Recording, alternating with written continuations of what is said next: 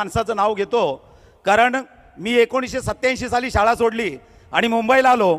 महाराष्ट्र नगरमध्ये आम्ही खेळत असताना माझं वय 21 वर्षाचं होतं, पण तो आम्हाला कोणत्याही प्रकारचं व्यासपीठ नव्हतं। आणि ज्याला तुम्ही आज बकासूर बोलताय तो बकासूर आमच्या वेळेला पाण्याची बॉटल त्यावेळेला नव्हतीच, पाण्याची काहीतरी दुसऱ्याच्या घरातनं पाणी आणायचं तांब्यातून लोट्यातून, हा व्यक्ती त्यावेळेला आम्हाला आणून देत होता राजेश कुऱ्हाडे। एखादा बॉल जर गेला तर तो आणून देत होता, त्याला आम्ही कधीच खेळायला घेतलं नाही, पण तोच आज राजेश कुऱ्हाडे आमच्या गावाचं नाव या ठिकाणी उज्ज्वल करतोय।